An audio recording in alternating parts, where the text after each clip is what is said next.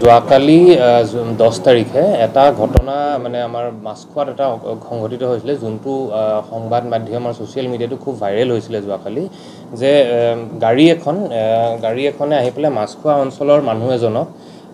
জবৰদস্তি কৰি গাড়ীত বহাই লৈ উঠাই লৈ যোৱা ভিডিঅ' এটা খুব বেছি ভাইৰেল হৈছিলে যোনটো ঘটনা আমি ইমিডিয়েটলি আমাৰ ভৰলুমুখ থানাত যোৱাকালি ৰিপৰ্ট হৈছিলে প্ৰায় 6টামান বজাতে ঘটনাটো এনেকুৱা আছিলে যে প্ৰায় 4:30মান বজাত বিয়াৰ ফুকন ৰোড মাছখোৱা তাতে মুনীন্দ্ৰ দাস বুলি মানুহ এজন তেওঁ মানে চব্জি বেপাৰ কৰে তেওঁ নিজৰ বিজনেছৰ কামত ওলাই আহিছিলে ৰাতিপুৱাৰ সময় আৰু তেওঁ যেতিয়া নিজৰ সাইকেলত গৈ আছিল নিজৰ চব্জি লৈ পেলে তেতিয়াই সাইকেলত গৈ থকাৰ সময়তে এই গাড়ী এখনে আহি পেলে লৰা কেইটামান গাড়ী এখনৰ পৰা নামি তেওঁক জবৰদস্তি কৰি টানি আজুৰি গাড়ীখনত লৈ বহাই উঠাই লৈ গ'ল তাৰ পিছত ঘটনাটো এনেকুৱা যে তেওঁৰ পকেটত যি পইচা আছিলে টোটেল 1500 টকা পাইছিলে তেওঁৰ পকেটৰ পৰা গোটেই 1500 টকা পইচাখিনি লৈ ল'লে আৰু তেওঁ আমাৰ নীলাচল ফ্লাইঅভাৰৰ ওচৰতে কামাখ্যা গেটৰ সেইখিনিতে নমাই থৈ গুচি গ'ল তো এটো যথেষ্ট এটা সিৰিয়াস ঘটনা কাৰণ এটো কিডন্যাপিং ডেকয়টি গোটেইখিনি সংঘটিত হৈছে এই ঘটনাটোত 5 জনতকৈ বেছি মানুহ আছিলে তো এই ঘটনাটোত আমি ইমিডিয়েটলি আমাৰ ভৰলুমুখ থানাৰ ওসি আৰু তেওঁৰ টিম ইমিডিয়েটলি ৰেসপন্ড কৰিলে ইনভেষ্টিগেশ্যন ষ্টাৰ্ট কৰিলে আৰু ইনভেষ্টিগেশ্যনটো আৰম্ভ কৰি আমি মানে বিভিন্ন সূত্ৰৰ পৰা গম পালোঁ গাড়ীখনৰ ডিটেইলছ আমি উলিয়ালোঁ আৰু গাড়ীখনৰ ভিত্তিত আমি এতিয়ালৈকে বৰ্তমান টোটেল 4জন মানুহ আমি এৰেষ্ট কৰিবলৈ সক্ষম হৈছোঁ আৰু যোনখন গাড়ী ব্যৱহাৰ কৰা হৈছিলে সেইখন গাড়ীও আমি ৰিকভাৰি কৰিছোঁ আৰু যোনখিনি পইচা কাঢ়ি লৈ গৈছিলে সেইখিনিও আমি ৰিকভাৰি কৰিছোঁ তো টোটেল 4জন মানুহ যোনকিজন এৰেষ্ট হৈছে এজন হৈছে সিৰাজুল ইছলাম তেওঁ ঘৰ হাতীগাঁও বাবুল আলী এলিয়াছ জোনাব আলী তেওঁ খৰ্থেবাৰীৰ পৰা এৰেষ্ট কৰিছে জাকিৰ আলী আৰু সাহেব আলী এই দুজনক হাজুৰ পৰা এৰেষ্ট কৰা হৈছে আৰু দুজন মানুহক আমি আৰু ফাৰ্দাৰ এৰেষ্ট কৰিব আছে কিন্তু ইতিমধ্যে আমি গোটেই ঘটনাটো কেনেকৈ সংঘটিত কৰিছিলে কি কৰিছিলে গোটেইখিনি আমি গম পাইছোঁ আৰু ম্যাক্সিমাম মানুহ আমি এৰেষ্ট কৰিছোঁ আৰু মানে আপোনালোকৰ ভিডিঅ'ত যোনকিটা মানুহ দেখা পোৱা গৈছিলে সেইকিটাক আমি অলৰেডি এৰেষ্ট কৰিছোঁ তো এই ঘটনাটোত যোনখন গাড়ী ব্যৱহাৰ কৰা হৈছিলে বেলিনো মাৰুতি সুজুকি বেলিনো এখন সেই বেলিনোখন একচুয়ালি মানে এজন পাঞ্জাবাৰীৰ মানুহ এজনৰ গাড়ী হয় কিন্তু তেওঁ সেইখন গাড়ী ভাড়াত মানে ৰেন্টত দিছিলে তো তেওঁ যাক ৰেন্টত দিছিলে সিৰাজুল ইছলামৰ নামৰ মানুহজনক ৰেন্টত দিছিলে তেওঁ আলটিমেটলি বাবুল আলী বুলি যোনজন একচুৱেল কালপ্ৰিট আছিলে তেওঁক এই গাড়ীখন ৰেন্টত দিছিলে তো এই গোটেই কেইজন মানুহে আমি ইতিমধ্যে এৰেষ্ট কৰিছোঁ আৰু আমি খুব কম সময়ৰ ভিতৰতে 24 ঘণ্টা নহওঁতে আমি গোটেই কেছটো ক্ৰেক কৰা হ'ল আৰু গোটেই আমাৰ ভৰলুমুখ থানাৰ টিমৰ কাৰণে এটো সফলতা এটা আৰু আমি লগতে আৰু এটা কথা জনাব বিচাৰিছোঁ যে যদিও এনেকুৱা ঘটনা হয় আমি পুলিচৰ ফালৰ পৰা সকলো ষ্টেপছ লওঁ যাতে এনেকুৱা ধৰণৰ ঘটনা সংঘটিত নহয় কিন্তু তাৰ মাজতে আমি দুই এটা ঘটনা হ'বও পাৰে কিন্তু আমি সদায় ৰেসপন্ড কৰিম আৰু সদায় আমি এনশিওৰ কৰিম যে পাব্লিক সেফটি এটো থাকে আৰু সকলোৱে যাতে সুৰক্ষিত ফিল কৰে আমি গোটেই সমগ্ৰ গুৱাহাটী অঞ্চলত মোটিভটো তেওঁলোকৰ এটোৱে আছিল যে তেওঁলোকে একচুয়ালি মানে কালি পৰহিয়ে গাড়ীখন ভাড়া লৈ বিভিন্ন জায়গাত ঘূৰি ফুৰিছিলে তেওঁলোকে মানে বৰপেটাৰ পৰা আৰম্ভ কৰিছিলে আৰু বৰপেটাৰ পৰা আহি গুৱাহাটী পাইছিলহি গুৱাহাটীটো আহি পালে পল্টন বজাৰ পান বজাৰ এইবিলাক অঞ্চলতো তেওঁলোকে ঘূৰি ফুৰিছিলে যাকে পায় তাকে উঠাম বুলি তো তেওঁলোকে যেতিয়া মানে মাছখোৱা অঞ্চলত যেতিয়া আহি পালে তেওঁলোকে এইখিনি এৰিয়াই টাৰ্গেট কৰিছিলে পান বজাৰ মাছখোৱা আৰ্লি মৰ্নিং তেওঁলোকে ভাবিছিলে যে যোনবিলাক বিজনেছ কৰা মানুহ তেওঁলোকে বেগে সেগে লৈ গ'লে মানে অলপ বেছি এমাউণ্ট অফ কেশ থাকিব পাৰে বুলি সেই কাৰণে তেওঁলোকে টাৰ্গেট কৰিলে এইটো অঞ্চলত আৰু মানুহজন ঘপককে উঠালে কিন্তু তেওঁলোকে যি ভাবিছিলে হেতু নহলে কম পইচা পোৱা কাৰণে তেওঁলোকে মানুহটো মানে যিখিনি পালে আৰু গোটেইখিনি মানুহটোৱে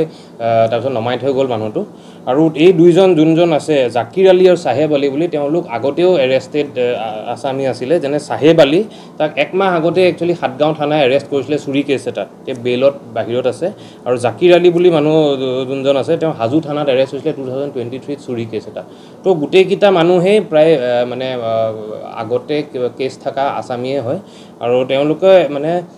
এই বস্তুটো টাৰ্গেটেই এইটো কাৰণে কৰিছিলে যে ইয়াত বেছি কেছ থকা মানুহ অলপ ঘূৰা ফুৰা কৰিব পাৰে বুলি তেওঁলোকে এই জেগাখিনি টাৰ্গেট কৰিছিলে ৱেপন একো ব্যৱহাৰ কৰা নাই তেওঁলোকৰ গাড়ী চাৰি গোটেইখিনি আমি চেক কৰা হ'ল তেওঁলোকে নৰ্মেলি জাষ্ট মানুহ উঠাই পইচা কাঢ়িম বুলিয়ে আহিছিলে ইয়ালৈ হয় আমি প্ৰায় টোটেল 4জনৰ 2জনমান এনেকুৱা পাইছোঁ খুব হেভিলি ড্ৰাগছ এডিক্টেড মানুহ আৰু তেওঁলোকে মানে আমি যেনেকৈ ষ্টেচিংবিলাক যেনেকৈ কৰে যে মানে ডেইলি ড'জ অফ ড্ৰাগছৰ কাৰণেই পইচা কাঢ়ি লয় বা মোবাইল কাঢ়ি লয় তেনেকুৱা ধৰণৰ কেটেগৰীৰ মানুহেই এইখিনি আছিল তেওঁলোকে কৈ মানে ইণ্টাৰগেশ্যনত আমি যোনটো কৈছোঁ পল্টন বজাৰ পাণ বজাৰ মাছখোৱা এইখিনি অঞ্চলেই টাৰ্গেট কৰিছিলে বাকী দুটা জেগাত নাপাই পেলাই ইয়াত কৰিলে কিন্তু যিহেতু মানে ঘূৰি ফুৰি আছে তো আমি আমাৰ ফালৰ পৰাও এইটো সদায় আমি এলাৰ্টনেছটো থাকেই কিন্তু আৰু মানে আগে পিছে এনেকুৱা মানুহ বাইকত আহে আজিকালি তেওঁলোকৰ অলপ নতুন মডাছ অপাৰেণ্ডিটো যোনটো দেখিছোঁ যে গাড়ীটো অহা হৈছে তো সেইমতে আমিও প্ৰিপেৰেশ্যনটো তেনেকৈ ৰাখিম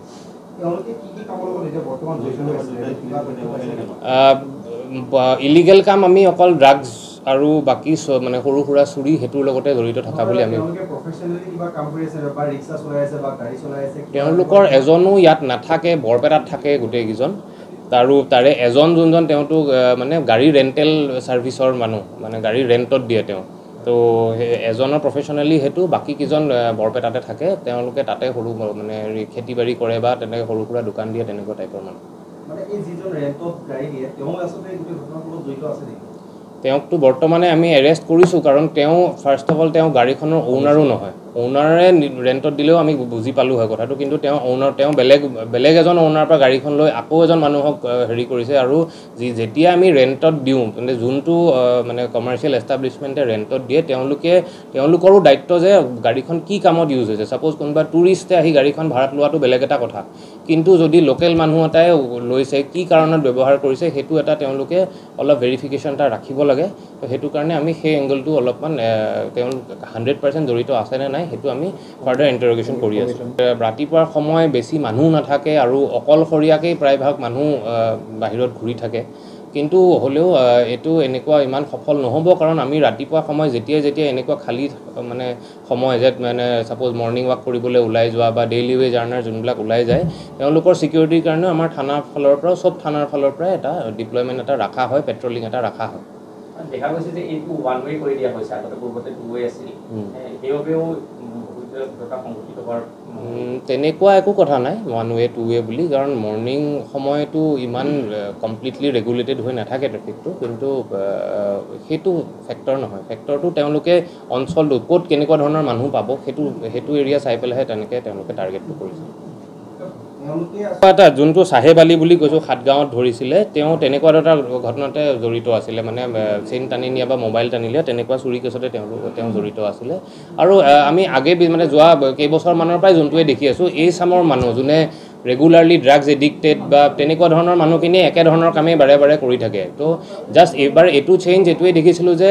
আগে পিছে বাইকত আহে বা স্কুটিত আহে কিন্তু এইবাৰ গাড়ীত আহি পেলাইও তেওঁলোকে কামটো সংঘটিত কৰিছে আপুনি বিচৰা বাতৰি পাব কেৱল নিউজ 18 এপত নিউজ 18 এপ ডাউনলোড কৰিবলৈ স্ক্যান কৰক এই QR কোড গুগল প্লে ষ্টৰতো পাব এই নিউজ 18 এপ